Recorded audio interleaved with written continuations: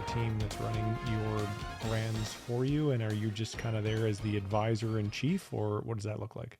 Yeah, we touched on this during our podcast, but I I went through the EMyth Academy, Yep. Michael Gerber's EMyth Academy, and one of the things it taught me about was becoming automated, scalable, just delegating everything.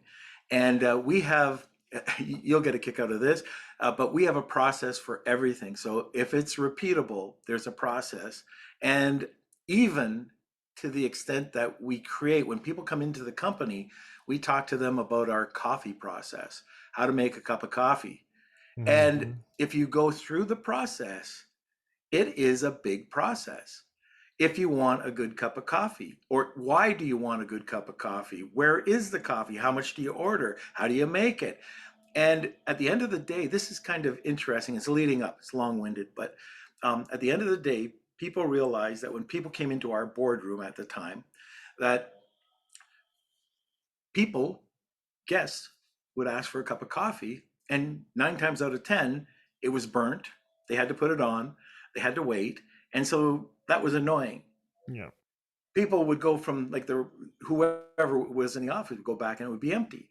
Anyways, we found out that all these factors led to negativity in the office.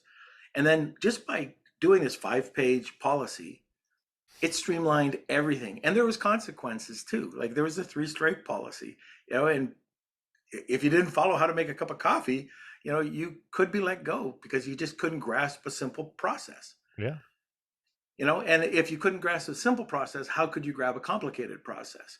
But it was something that everybody adhered to. We use this as going forward. And now this is the end of the long-winded story, that the reason I can do this is I have people, I delegate everything, every single task in my business, so I can grow other businesses. And it's everything from, Kelsey, you met Kelsey. He takes everything, that podcast, he books the guest. I sit in front of the screen and I start the interview process. But he takes care of pretty much everything.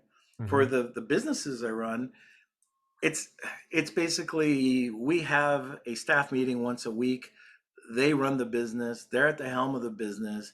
If I need to know anything or if there's something urgent, then we sit down and discuss it. But I get to grow the business. I take care of okay, here's the strategic side I want to do.